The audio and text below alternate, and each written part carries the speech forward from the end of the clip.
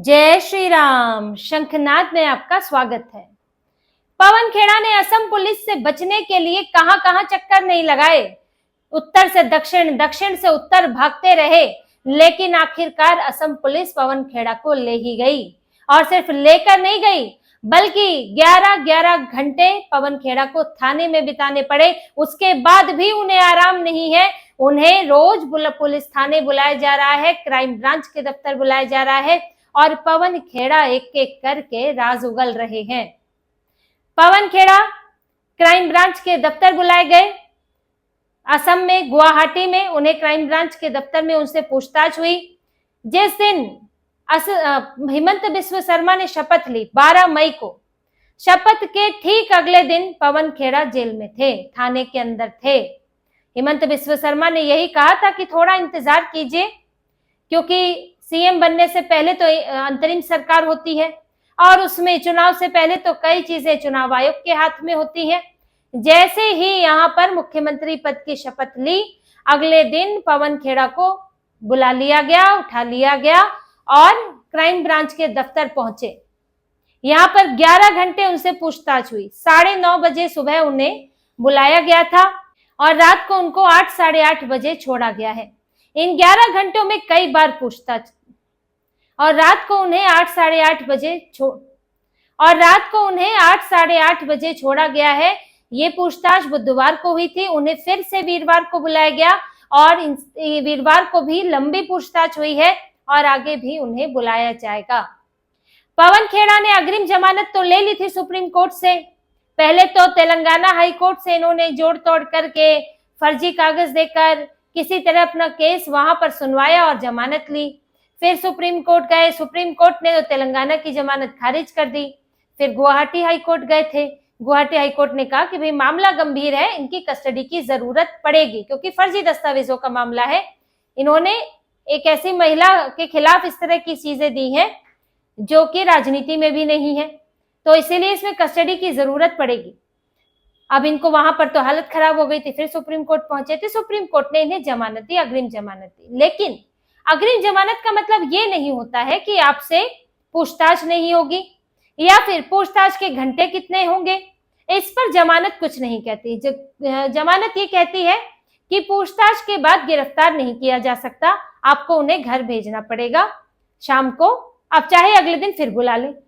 यहाँ तक कि पवन खेड़ा विदेश भी नहीं जा सकते, उसके लिए भी कोर्ट ने मना कर दिया था।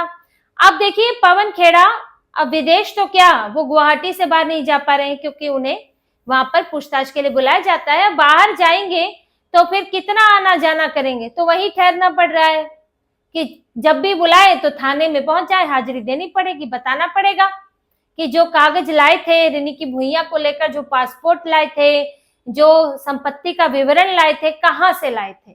आपने तो बड़े चौड़े होके बताया था कि भाई ये है, रिनी की भुइयां के पास 4 पासपोर्ट है, रिनी की भुइयां के पास 50 करोड़ की संपत्ति है, दुबई में है, अमेरिका में है, लेकिन आप इसके कागज तो आप फर्जी है, तो आप कहां से लाए थे। क्योंकि हेमंत बिस्व शर्मा बता चुके हैं, उन्होंने जैसे कि जानकारी दी है कि ये जो दस्तावेज है उनको केंद्र सरकार पहले ही फर्जी बता चुकी है। केंद्र सरकार से पता कर लिया गया है, यानी कि एक तरह से लिखित में केंद्र सरकार ने दिया है कि ये कागज नकली है, यानी कि रिनी की भुइयां के ऐसे 4-4 पासपोर्ट नहीं है। अब पवन खेड़ा जवाब दे। पवन खेड़ा का तो मुंह सिल गया है और इसीलिए हेमंत बिस्व शर्मा ने बोला है। जैसे ही पवन खेड़ा को यहाँ लाया गया, हेमंत बिस्व शर्मा ने कहा कि असम का पेड़ा बड़ा स्वादिष्ट होता है। पवन खेड़ा का पेड़ा बनाने की बात उन्होंने की थी कि मैं पेड़ा बना दूंगा, आप देखिए फिल्म अभी बाकी है, तो वही पेड़ा बन रहा है जेल के अंदर, थाने के अंदर। तो उनसे पूछताछ में सारे सवाल पूछे गए कि आप, सबसे पहली बात, क्योंकि ये दस्तावेज तो फर्जी है और ये केंद्र सरकार कह रही है, इसकी हमने पुष्टि कर ली, तो आप कहां से लाए थे। अब देखिए, पवन खेड़ा, जैसा कि सूत्रों के हवाले से सामने आ रहा है, पवन खेड़ा ने बताया है कि उनको तो पार्टी की तरफ से मिले थे। ये दस्तावेज मेरे जुटाए हुए, रिसर्च किए हुए नहीं है, ये पार्टी की तरफ से मिले थे और मैं प्रवक्ता हूं, तो मुझे प्रेस कॉन्फ्रेंस में बताना था कि फला फला कागज जो है रिनी की भुइयां का है। अब पवन खेड़ा ने क्या किया है। पवन खेड़ा के इस बयान से पार्टी अब घेरे में आ जाती है कि पवन खेड़ा ने तो भैया पार्टी इसके हवाले से मिला, तो पार्टी में किसने दिया।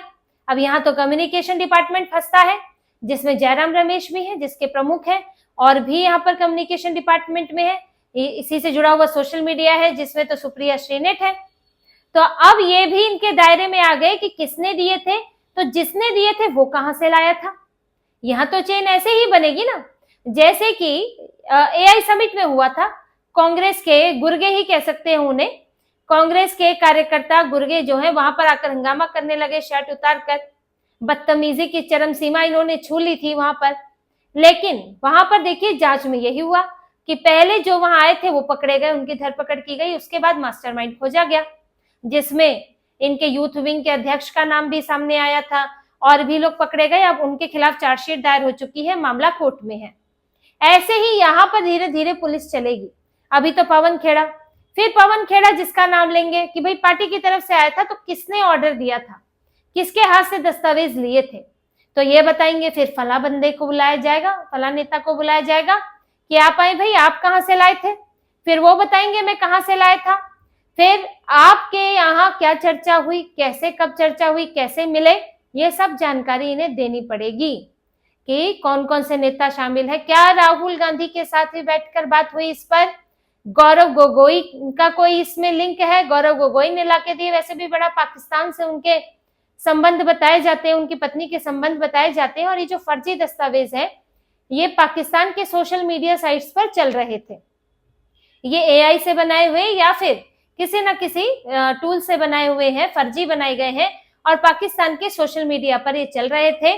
तो क्या गौरव गोगोई को किसी ने बताया था वहां से, उनकी या उनकी पत्नी को किसी ने बताया था कि भाई ये चल रहा है, ये ले लो, तुम्हें चुनाव में फायदा करेगा? या राहुल गांधी को किसी पाकिस्तानी चीनी दोस्त ने बताया था कि हाँ भैया ले लो? या फिर जॉर्ज सोरोस की तरह से किसी एजेंट ने बताया था? कैसे, कहां से, कैसे प्लानिंग बनी, यही पूछा जाएगा। क्या राहुल गांधी उस मीटिंग में थे जिस मीटिंग में ये प्लानिंग बन रही थी?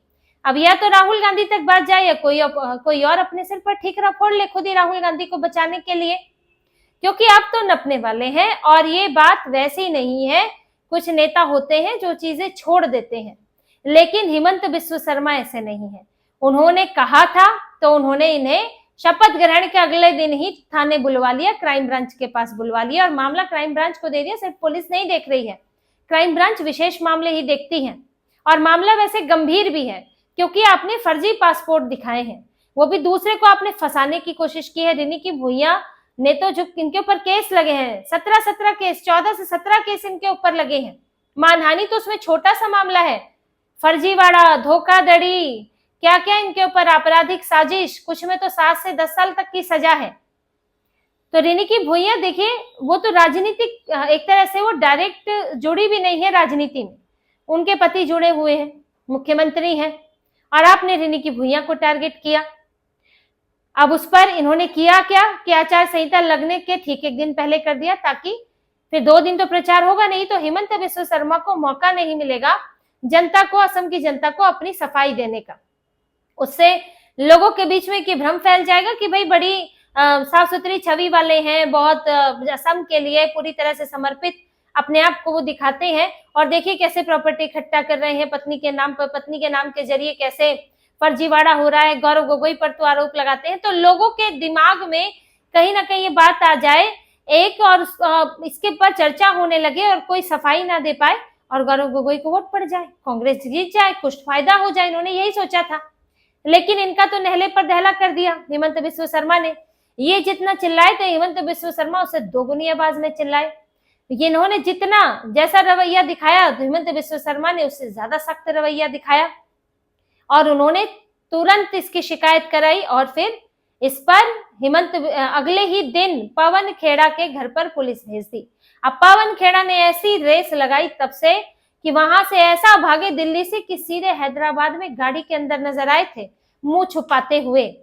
अब जो दूसरे के ऊपर आरोप लगा रहा था वो खुद मुंह छुपाते फिर रहा था। तो पवन खेड़ा की हालत तो इन्होंने खराब कर दी, और कांग्रेस को कोई फायदा भी नहीं हुआ। ये तो सब देख रहे हैं, आधी सीटें भी नहीं आ पाई हैं, उतनी ही सीटें आ पाई जितनी हिमंत बिस्व शर्मा ने कही थी। तो पवन खेड़ा अब अकेले नहीं फंसेंगे, वो कई और को लेके साथ डूबेंगे, क्योंकि तार पूरी कांग्रेस तक पहुंचने वाले हैं, और हिमंत बिस्व शर्मा बख्शने वाले भी नहीं है। इनको सच बताना पड़ेगा कि किसने दिया, कहाँ दिया, कैसे प्लानिंग हुई, ये सब। देखिए अब चार्जशीट डलेगी, जब जांच होती है तो उसके बाद चार्जशीट डलती है, तो चार्जशीट में तो सब बताना पड़ता है। आप कोर्ट में ऐसे तो नहीं जा सकते हैं, तो पूरा तरीका बताना पड़ता है कि ये भाई आरोपी हैं और इनके दस्तावेज ये लाए थे, इनका कहना है कि दस्तावेज इन्हें यहाँ से मिले। पुलिस अपनी जांच में देखेगी कि ये दस्तावेज वाकई उन्हें यहाँ से मिले या कुछ और है। और साथ ही देखिए इस मामले में हेमंत बिस्वा शर्मा ने एक और बात बताई है कि इसमें समय ज्यादा नहीं लगेगा। उनका कहना है कि हमें केंद्र से दस्तावेज मिल चुके हैं, यानी कि ये जो नकली है कहा जा चुका है, तो इसमें ज्यादा समय नहीं लगेगा, जल्द से जल्द पूछताछ के बाद अब आगे का काम किया जाएगा। और पवन खेड़ा की अग्रिम जमानत भी ज्यादा दिन उन्हें बचा नहीं सकती है। देखिए ये अग्रिम जमानत हुई शुरुआती पूछताछ के बाद के लिए। अब अगर इस पूछताछ में और किसी और नेता को, कांग्रेस के किसी और नेता को बुलाया जाए, गौरव गोगोई को भी बुलाया जा सकता है, इनसे पूछताछ के बाद जो मिलेगा उसके आधार पर असम पुलिस जो है वो फिर से इनकी कस्टडी मांग सकती है कि ये बड़ी अहम चीजें निकल कर आई हैं और इसके लिए हमें परमानेंट इनको अपने पास रख के पूछताछ करनी पड़ेगी, हमें कस्टडी की जरूरत है, या जांच में सहयोग नहीं कर रहे, सवालों का जवाब नहीं दे रहे हैं, तो ये इस आधार पर कोर्ट से दोबारा इनकी कस्टडी मांगी जा सकती है और तब ना मिलेगी अग्रिम जमानत, तब तो जेल जाना ही पड़ेगा इन्हें। तो ये एक शुरुआत हुई है इनके ऊपर जांच की। अभी सीधी जैसे जैसे ये जानकारी देंगे, इनके और नेता आएंगे, उनको भी बुलाया जाएगा, उनसे भी पूछताछ की जाएगी। उसके बाद पवन खेड़ा की असली मुश्किलें बढ़ेंगी जब असम पुलिस चार्जशीट तैयार कर देगी। तो फिलहाल कांग्रेस में चैन नहीं है, कांग्रेस में आराम नहीं है। राहुल गांधी पर केस चल रहे हैं, पार्टी के अंदर टूट-फूट चल रही है। केरल के अंदर मुख्यमंत्री बनाकर भी खुश नहीं है, केसी वेणुगोपाल को बना नहीं पाए, वी डी सतीशन को बना दिया। जो नेता ये दूसरों के पीछे दौड़ा देते हैं, अब वो नेता भी फंसे हुए हैं। तो ये कांग्रेस बड़ी मुसीबतों में घिरी हुई है, इसलिए इन्हें केरल की जीत का भी ठीक से एहसास नहीं हो पा रहा है, उत्सव नहीं मना पा रहे हैं उसका। यहाँ दिल्ली में एक तरह से अभी मातम ही यहाँ चल रहा है कि वहां जो हुआ उसके बाद मुसीबत ही बढ़ गई है केरल के अंदर, और जिस तरह से इनके प्रवक्ता फंसे हुए हैं। लेकिन फिलहाल पवन खेड़ा के लिए इससे निकलना मुश्किल है और उन्हें जवाब देने ही होंगे। और अब ये पूरी कहानी बतानी होगी कि पाकिस्तान से किसी ने कहा, चीन से किसी ने कहा, कि कांग्रेस में राहुल गांधी को जॉर्ज सोरोस ने कहा, किसने कहा, कहां से आया, ये सब जब सामने आएगा तो पवन खेड़ा और ज्यादा लंबे नपने वाले हैं। तो इसी तरह की और खबरें और विश्लेषण आपके लिए लाते रहेंगे, हमसे जुड़े रहिए, सब्सक्राइब कीजिए, कमेंट कीजिए। बहुत बहुत धन्यवाद। जय श्री राम।